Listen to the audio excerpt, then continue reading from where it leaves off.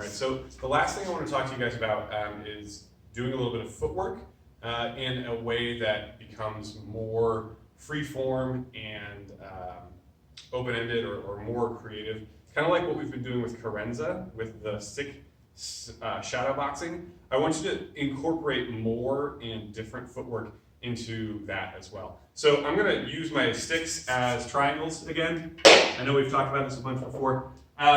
We've talked about our triangular footwork. So I have my reverse triangle starting on the point. I'm stepping back. So I make a triangle with the feet. My body weight tends to stay on the front leg. I can also do that full reverse triangle where I'm moving back. Going on the other side of that triangle, the other side of that cross, I've got my forward triangle. And again, I could take a full step versus just the lunge. And then on the sides of that cross, I have my lateral triangle. So with my right foot moving, I can either, again, bring the body or pretty much just remove the leg and leave that lead shoulder forward so that I don't lose my reach. On the other side of the triangle, same idea. Even if I've got my stick in the right hand, or if I'm doing double, something like that. But what I want you to do is take those 3-4 triangles and really start to mix and match. So maybe I start with my forward triangle, and then I go back to my reverse triangle. And the way that I go from one to the other is basically just my lateral triangle. So I can switch from one to the other. Sometimes I go right from my forward triangle to the reverse triangle on the other side. So I'm almost shuffling my feet through that center point versus pivoting on the center point. Now that I have that shuffle from one side to the other, I can also think about using that to form an hourglass.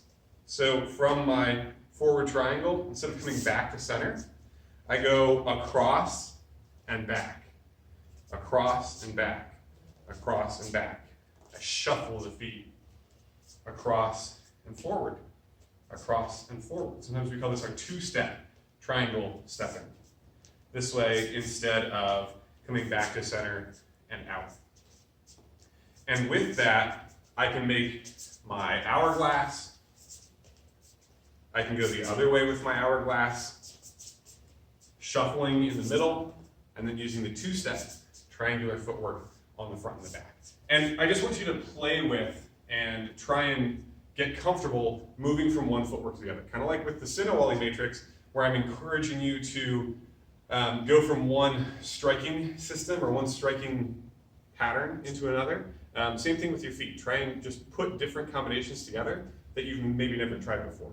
So use those various triangular steps. Even if you don't have a lot of space, that lets you play with different ways of moving your feet while I'm maybe doing my Sinawali. Maybe if I've just got one stick, how I'm working my carenza. And really in a small area, I'm able to move my feet, get around. You can think about, how is this my offensive movement? How is this my defensive movement? Anything like that, even if you have limited space. So give that a shot. It's our triangular footwork, mixed and matched. Go for it.